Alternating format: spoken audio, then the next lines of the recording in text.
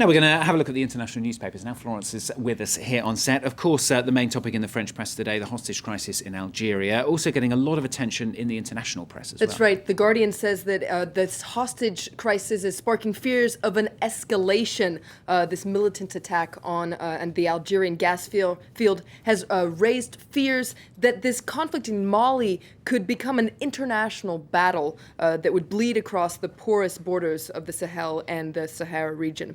So the papers in the region as well are covering this evolving crisis in Algeria, as well as the French military operation in Mali. La Tribune, for instance, which is an Algerian newspaper, talks about what's not being said in this operation, because France's pretext is to secure the region and to protect Mali's territorial integrity in the name of democracy. But according to La Tribune, what's really hidden underneath all this is economic concerns. France is basically wanting to protect its assets in the Sahel region.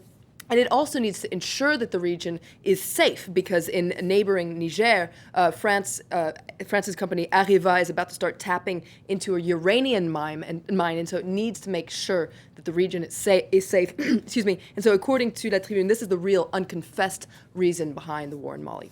Other stories in the papers, a lot of the papers reacting to President Barack Obama's gun control plan. That's right. The Wall Street Journal says this has been Obama's political fixation since the Sandy Hook massacre. And it says that he's been doing all this, and meanwhile, some states have been being more constructive. And they look at what Democrat Governor John Hickenlooper has been doing in his state of Nevada, and he's been promoting an innovative overhaul of his state's mental health care system. And according to the Wall Street Journal, this is likely to make far more progress in reducing gun violence than Obama's new gun control measures. You found quite a lot of the papers applauding Obama at the same time. That's right. In The Guardian, Gary Young says this is how to be a president. And he says that finally an American president has made a sober, principled, and coherent intervention on gun control.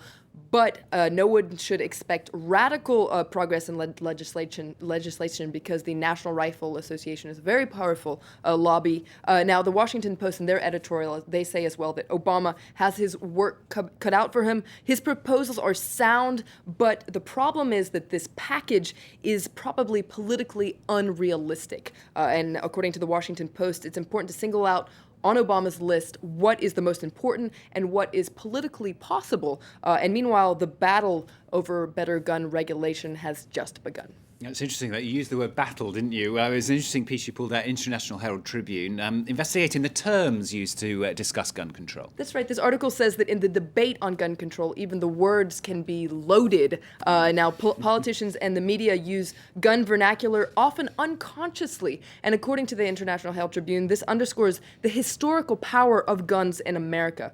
And it gives some examples. For instance, Joe Biden said there was no silver bullet for stopping gun violence. Meanwhile, Obama said that he would not negotiate with a gun to his head. So this article says, no wonder it's hard to get rid of gun violence when Washington can't even get rid of its own gun vocabulary. Okay, and finally, you've pulled something out in the wake of the Dreamliner scandal. The Independent investigating how to recycle jumbo jets. That's right. You're going to need a very big Ben, according to The Independent. It says that we live in this society, this throwaway society, where it's all about newer, faster, stronger. That applies to everyday appliances, but it also applies to trains, planes, and spaceships. So how do you recycle them? So the Independent investigates this hidden world of waste.